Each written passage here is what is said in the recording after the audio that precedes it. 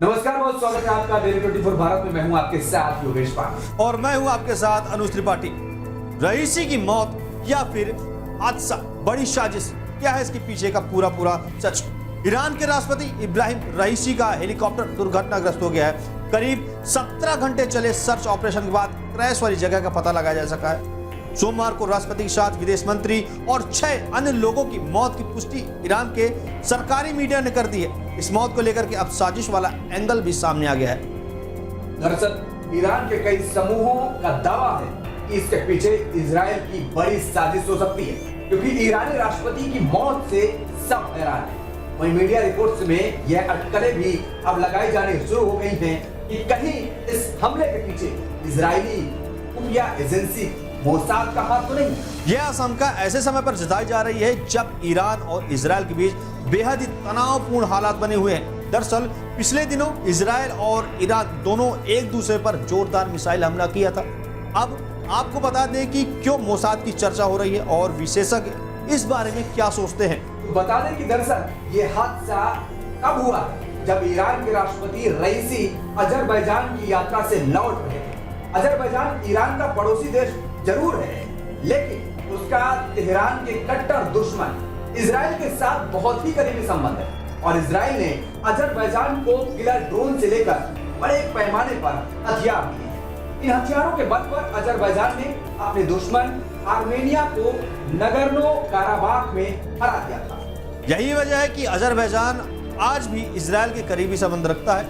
यही नहीं, अजरबैजान ने गाजा युद्ध के दौरान भी इजराइल की मदद की है। इसको देखते हुए लोग आशंका जता रहे हैं कि कहीं इस हादसे के पीछे इजरायली खुफिया एजेंसी मोसाद का हाथ तो नहीं है। हालांकि इस बीच इजराइल ने एक बयान भी जारी करके कहा है कि इस हादसे में उसका या मोसाद का कोई भी हाथ नहीं है। एक इजरायली अधिकारी ने यरूशलेम पोस्ट को बताया कि उसकी कोई भूमिका नहीं है।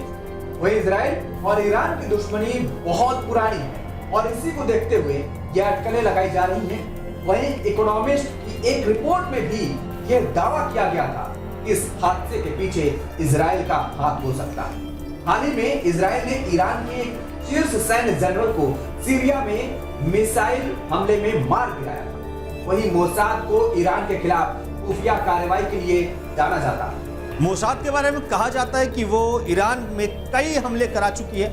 हालांकि मोसाद ने अभी तक किसी भी ईरानी राष्ट्राध्यक्ष को कभी भी निशाना नहीं बनाया है। वहीं विशेषज्ञों का मानना है कि कोहरे की वजह से हेलीकॉप्टर पायलट को देखने में दिक्कत हुई होगी और ये हादसे के शिकार हो गया। वही रक्षा विशेषज्ञों का अगर जिक्र करें तो उन्होंने साफ तौर पर मानना है कि इजराइल के शामिल होने की आशंका को खारिज किया है। उनका कहना है कि अगर किसी राष्ट्रपति की हत्या होती है तो यह युद्ध का ऐलान होगा। ईरान इसका बहुत ही करारा जवाब दे सकता है। और इसके अलावा विशेषज्ञों का कहना है कि इजराइल का टारगेट ईरान का परमाणु कार्यक्रम और ईरानी सेना वे राजनेताओं को निशाना नहीं बनाते। वहीं हेलीकॉप्टर क्रैश के टाइमिंग को लेकर के कई लोग सवाल भी उठा रहे हैं। ईरान अपने प्रॉक्सी नेटवर्क के जरिए लेबनान, सीरिया, इराक और यमन में प्रभाव बनाए हुए है। अब सवाल ये उठता है कि जब यह हादसा हुआ तब रईसी अजरबैजान बॉर्डर इलाके से लौट रहे थे। उनके काफिले में कुल 3 हेलीकॉप्टर थे, बाकी 2 हेलीकॉप्टर सुरक्षित थे, लेकिन रईसी का हेलीकॉप्टर ही पूरी तरह से ध्वस्त हुआ, जबकि उनका हेलीकॉप्टर अच्छी कंडीशन वाला था। और यही बात कई सवालों को जन्म दे रही है कि आखिर क्यों राष्ट्रपति वाला ही हेलीकॉप्टर हादसे का शिकार हुआ। कुछ एक्सपर्ट के मानना है कि यह हादसा ईरान और इजराइल युद्ध के बीच हुआ है, इसलिए इसको इजराइल से जोड़कर भी देखा जा रहा है। दरअसल इजराइल अक्सर दुश्मनों को विदेशी जमीन पर मारने की साजिश रचता है और ऐसे ऑपरेशन को इजराइल की खुफिया एजेंसी मोसाद अंजाम देती है। अजरबैजान और इजराइल के राजनयिक संबंध भी काफी मजबूत है। 2012 में द लंदन टाइम्स के अखबार में छपे एक लेख में दावा किया गया था कि मोसाद ईरान पर नजर रखने के लिए अजरबैजान की जमीन का इस्तेमाल कर रहा है। एक तथ्य ने यह भी बताया जाता है कि अजरबैजान में इजरायली एजेंटों की तुलना में ईरान रिवोल्यूशनरी गार्ड ज्यादा सक्रिय है। लेकिन इस लेख में इजरायल एजेंट ने यह कहा था कि हमारा और उनके काम करने का तरीका बिल्कुल अलग है। वही अजरबैजान और ईरान के बीच भी समय समय पर तल्खी आने की मुख्य वजह इजराइल ही रहा। बहरहाल अगर इस हमले में इजराइल का हाथ पाया जाता है तो अजरबैजान और ईरान के रिश्ते फिर बिगड़ सकते हैं। हिजबुल्लाह ने धमकी दे दी है कि अगर इजराइल का इस मामले में हाथ पाया जाता है तो अंजाम अच्छे नहीं होंगे, क्षेत्र में तनाव और बढ़ सकता है। जानकार मानते हैं ऐसा हुआ तो दुनिया को एक और जंग का सामना करना पड़ सकता है, जिससे कच्चे तेल, सोना उत्पाद और महंगे हो जाएंगे। तो जाहिर तौर पर कई क्षेत्रों में ये दुश्मनी प्रभाव डाल सकती है। तो अनुज, सवाल बड़ा ये उठता है कि जिस तरीके से आपने बताया कि उत्पादों में भी कहीं ना कहीं उनके दामों में इजाफा होगा, अगर भारत को देखें तो भारत खास तौर पर किस तरीके से इस पर असर पड़ता नजर आएगा? देखिए, भारत का जो स्टैंड रहा हमेशा न्यूट्रल रहा है, चाहे वो इजराइल का मामला हो या फिर ईरान का मामला हो या फिर किसी भी मुल्क का मामला हो।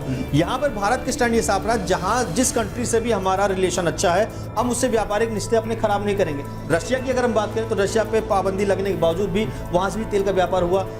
यूक्रेन वॉर भी हुआ तब भी वहां पर रशिया के साथ खड़ा था। इजराइल ने हमास पे हमला किया तो फिलिस्तीन के साथ भी भारत रहा है और इजराइल के साथ भी भारत रहा है। लेकिन सबसे बड़ा सवाल ये उठता है यहाँ पर कि भारत न्यूट्रल है, आपस की कंट्री लड़ रहे हैं, तो कहीं ना कहीं भारत पे प्रेशर पड़ता है कि किस कंट्री का भारत सपोर्ट करने वाला है यहाँ पर। तो मेरे नजरिए से भारत तो इसमें न्यूट्रल रहने वाला है, क्योंकि ईरान और यहाँ पर इजराइल का आपसी मामला है। बिल्कुल, लेकिन यहाँ पर एक सवाल ये भी उठ रहा है कि हादसे की वजह क्या हो सकती है? क्या हादसा वास्तव में कोहरे की वजह से, धुंध की वजह से हुआ, या फिर एक कोई सोची साजिश और रणनीति का ये हिस्सा था? देखिए, आपने गौर किया होगा, पूरी दिन का आपने पूरा स्टडी किया होगा, सब कुछ आपने गौर से देखा होगा। साथ में 3 हेलीकॉप्टर थे, बिल्कुल ठीक। मेन हेलीकॉप्टर जिसमें राष्ट्रपति बैठा हुआ है वही ब्लास्ट हो रहा है। बाकी 2 हेलीकॉप्टर की क्या मौसम खराब नहीं था?